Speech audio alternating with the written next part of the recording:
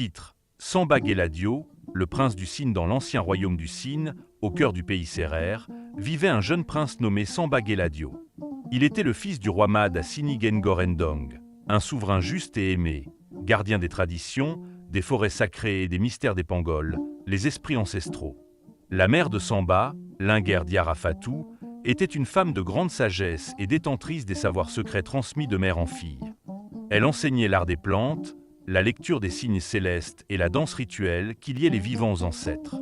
Samba grandit dans un monde rythmé par les saisons, les cérémonies, les travaux des champs, les fêtes villageoises et les récits des anciens. Dès l'enfance, il fut initié aux arts royaux. La chasse, le maniement du sabre, le langage des tam-tams, la diplomatie et surtout l'écoute. Car dans le Sine, un roi ne régnait pas seulement par la force, mais par sa capacité à entendre les souffrances du peuple et les murmures des esprits. Il apprit aussi à lire les motifs sur les calebasses et à interpréter les rêves, car chaque songe portait un message. À l'âge de 13 ans, Samba partit avec son oncle Ndiogu Faye, grand prêtre de la forêt de Mbissel, pour une initiation de 40 jours. Il dut affronter la solitude, les épreuves de la nuit, les chants des animaux et les visions envoyées par les Pangols. Il dormit au pied des baobabs géants, se nourrit de racines et d'eau de pluie, et apprit à lire le silence. Au 41e jour, une lumière blanche l'entoura dans un songe, et une voix féminine lui dit « Le royaume vit en toi ». À son retour, le silence régnait dans le palais. Son père était tombé gravement malade. Le conseil des sages, les lamanes, s'était réuni pour envisager sa succession. Mais dans le Sine, le pouvoir ne se transmettait pas comme un bien. Il devait être mérité, reconnu par les anciens, les prêtres, les griots, les chefs de lignage, et surtout les signes venus du monde invisible. Une rumeur courait. Un esprit perturbateur hantait les rizières du Nord, asséchant les eaux, troublant les récoltes et effrayant les cultivateurs. Les enfants ne jouaient plus, les femmes ne chantaient plus, les tam-tams s'étaient tus. Un pacte ancien semblait avoir été brisé. Samba, soutenu par sa mère et les gardiens des savoirs, proposa d'y aller lui-même, seul, sans escorte. On tenta de l'en dissuader, mais il déclara « Un prince qui ne connaît pas la douleur de son peuple n'est pas digne de la couronne ».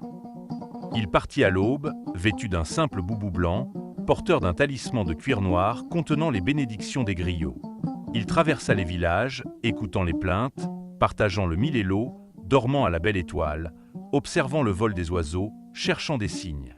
Arrivé aux rizières de Tankoto, il découvrit une terre craquelée, abandonnée, où les chants des femmes avaient disparu. Là, il rencontra une vieille femme, assise sous un arbre mort. Elle portait un pagne rouge et murmurait des paroles anciennes. On disait qu'elle était folle.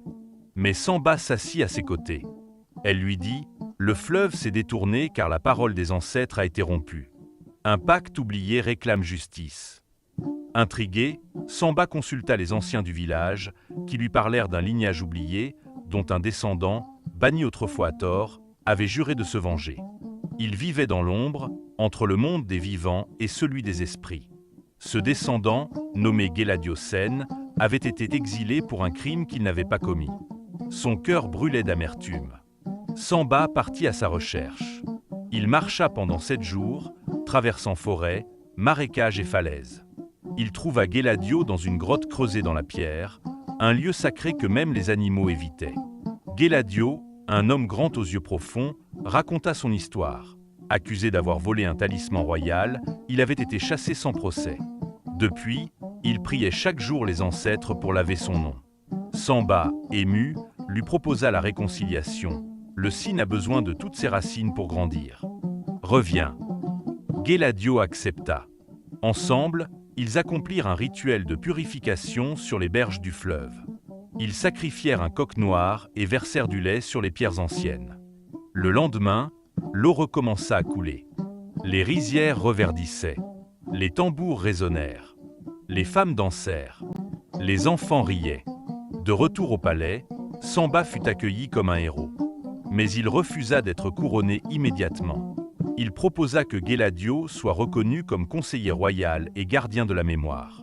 Le peuple, ému par son geste, acclama le jeune prince. Quelques lunes plus tard, le roi Mad à Sinigen-Gorendong s'éteignit paisiblement, entouré de sa famille. Samba fut intronisé Mad à Sinig Samba Geladio, unissant par son nom même les deux lignages et les deux destins. Son règne fut long, lumineux et fécond. Il fit bâtir des écoles de sagesse, protégea les forêts sacrées, interdit qu'on coupe un arbre sans cérémonie. Il créa un conseil des femmes pour guider les décisions du royaume, fit enregistrer les récits des griots sur peau de bête et coquillages. Il renforça les alliances avec le Saloum et le Baol, accueillit les pèlerins du Fouta et les commerçants du Tekrour. Il organisa également des concours de poésie et de musique dans chaque village, récompensant les jeunes talents et invitant les anciens à transmettre leur savoir. Il restaura les temples des ancêtres, réhabilita les terres des exilés et proclama une loi protégeant les orphelins et les veuves. Dans les moments de sécheresse, il parcourait lui-même les villages pour partager les réserves royales. Il envoyait des messagers dans les royaumes voisins pour échanger graines et traditions, tissant ainsi un vaste réseau d'échanges culturels. Un jour, il convoqua tous les rois voisins pour une grande assemblée de la paix, où l'on scella des pactes sur des calebasses gravées, en présence des griots, des prêtres, des femmes sages et des enfants. On chanta l'unité, on dansa la fraternité. Les griots racontent qu'à sa mort, les tam-tams jouèrent une mélodie jamais entendue.